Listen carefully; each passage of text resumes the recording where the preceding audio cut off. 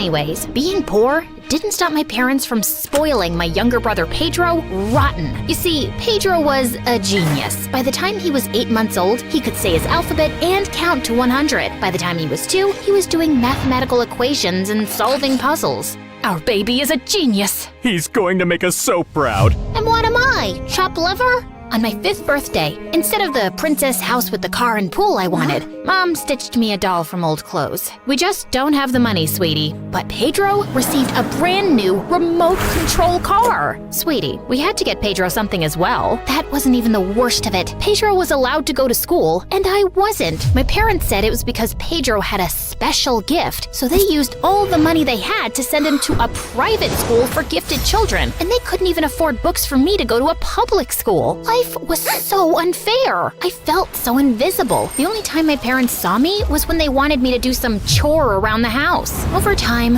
I just got used to it. And since I couldn't read books to myself, or I didn't have a phone to watch videos, I started to sew to pass my time. Camellia, what did you do to my curtains? I fell in love with creating new things from old stuff, and I wanted to become a fashion designer. Because of how differently my parents treated Pedro and me, we never grew up close, and he always saw me as his slave, even though I was older than he was. Clip my toenails, clean my shoes. When I was 11, I begged my parents to send me to a sewing school. Mom, Dad, I deserve to be able to follow my dreams too. They don't have the money to send you to some stupid sewing school when they're going to send me to the most prestigious college in the country. I'm sorry, Camilla, but we have to support the child who has greater potential and will make the family proud. With that, Mom and Dad just walked away as Pedro stood there with a stupid smirk on his face. Oh, I wanted to smack him hard. It was then that I decided I'd do whatever it took to get myself into a sewing school. I tried to get a job, but nobody wanted to hire an 11-year-old, not even as a clown for a birthday party. When I was 13, things looked as though they were turning around, and I finally landed a babysitting job. But when my parents found out that I'd been neglecting household chores because of it, they were furious. I was grounded for 2 months, and Dad tore up all my designs that I had stuck on my bedroom walls over the years. I was devastated, but a tiny part of me refused to give up. I had to be smart. This time, when I drew, I hid my drawings under the floorboards of my bed, and when Mom sent me to the supermarket, I'd pass by the wishing fountain and take all the coins. Don't give me that judgmental look. But after 3 years of saving those coins, it still wasn't enough. Luckily for me, my life took an amazing turn when I turned 16, and that set things in motion for me. One day, while drawing in my room, I was so focused that I didn't see this girl peeking in at me through the window. Wow, that looks amazing! Ah! I toppled out of my chair and fell to the ground. The girl then did a backflip through my bedroom window and came in. Did the circus come to town? What do you want? Did my parents send you to spy on me? No, silly. I'm the new neighbor, and I didn't even let her finish. I just picked her up, threw her out of the window, and closed the curtains. As much as I wanted a friend, I didn't want anyone to know that I couldn't read or write. What would she think of me? But that didn't stop the crazy backflip girl. Over the next few days, she did everything she could to get my attention, even juggling 3 cats while she balanced a mug of water on her head. What a weirdo. One day, I decided to take a shortcut home because I had seen a lady with the most amazing outfit, and I wanted to get home and sketch it. Just then, I heard a man yell behind me. Watch out! As I turned, I saw a huge crane ball coming my way. I froze in place, but luckily for me, someone pushed me to the ground just in time. Girl, are you crazy? This is a danger zone. Can't you read? Oh God, I was sweating like a bald man in spring. Can you read? I sighed heavily and shook my head. That's okay. I can't draw amazing fashion designs like you can. Let's go and grab some ice cream. My treat. While eating the ice cream, crazy backflip girl, Sophia, told me that she had moved next door with her parents and older brother Harrison. Also, that Harrison was a rotten egg and always got himself into trouble. She also told me that her father lost his job after his boss accused him of stealing money from his office and then blacklisted him so no one else would hire him, while her mother worked as a maid for some rich lady. I told her that my parents hated me and wouldn't even let me go to school while they treated Pedro like he was a prince. What do they think this is? The 16th century? No girl left behind. Woman power!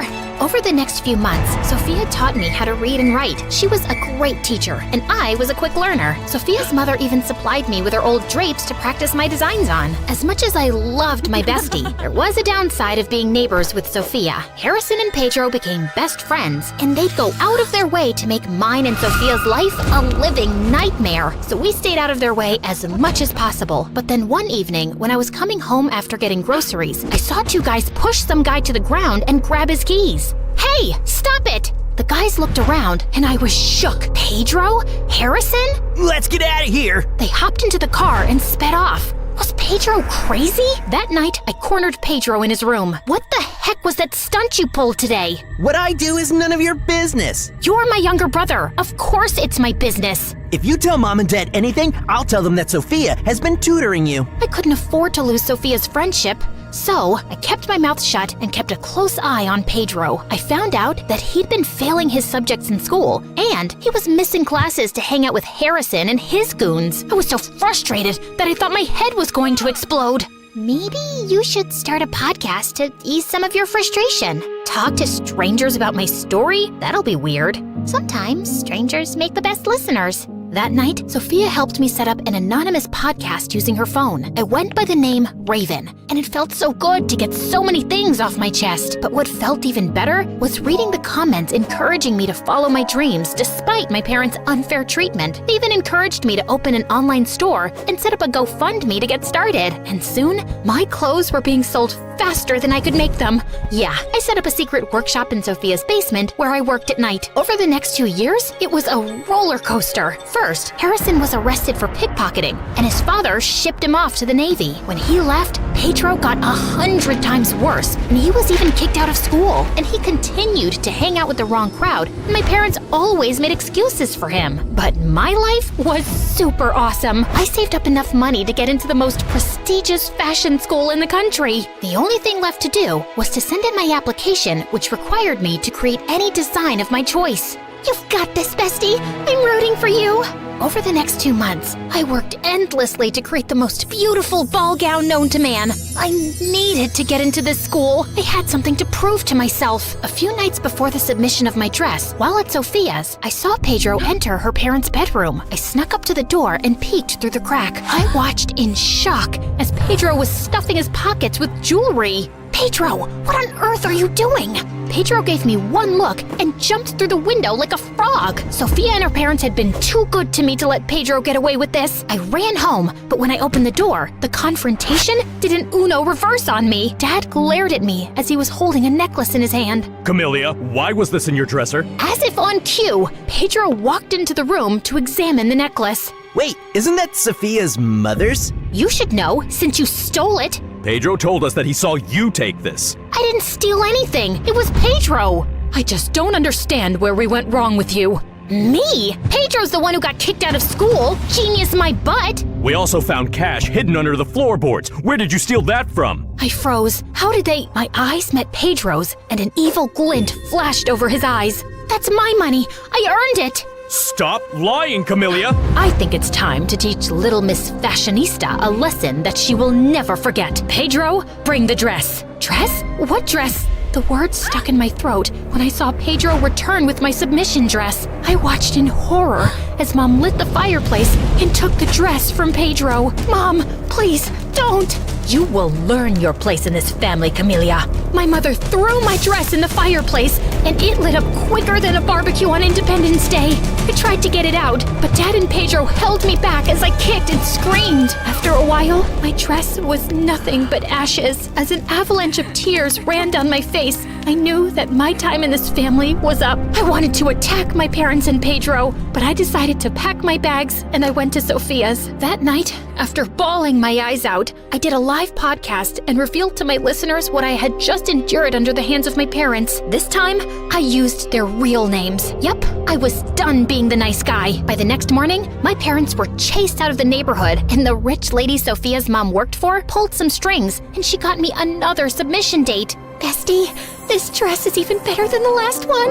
I have to admit, I really did outdo myself. About 2 weeks later, I received a letter in the mail. Beads of sweat ran down my forehead. With trembling fingers, I opened the letter and my jaw dropped. What does it say? I got accepted into the fashion school! Yes! I felt as though I were on cloud 9. Over the next 4 years while I was away at school, Sophia went to a community college. I worked hard and came out at the top of my class. I earned a junior position in a fashion company. I even convinced Sophia's dad to apply as a manager there, and he got the job. It wasn't long after they were able to move into a nice place. I was finally living my dream. One night, after one of the company's shows, I spotted my parents in the hallway waiting for me. What are you guys doing here?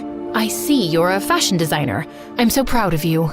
I'm so proud of you. Words I always wanted to hear my parents say, but I knew they weren't sincere. Why are you here? Dad shifted uncomfortably. Pedro's in trouble. He and some of his friends got caught breaking into a bank and we need money to bail him out. And after everything you and Mom did to me, you think that I would help you? Sweetheart, we're family, and that's what families do. They help each other out. But where was my family growing up? Where were you when I needed you? Are you going to help or not? Not. Had you done your job as parents and parented Pedro instead of letting him wrap you around his finger, he wouldn't be in a jail cell now. As I looked across the room, I saw Sophia and her parents waiting for me. Now, if you'll excuse me, I'm going to join my real family. I pushed past my parents and walked toward the people who helped me and never turned their backs on me. Family is not just about blood, but those who stood by you through thick and thin. Have I told you guys how amazing you are? Not recently, no. You guys are amazing. So are you, bestie. I love you, and I'm so proud of you. I love you too.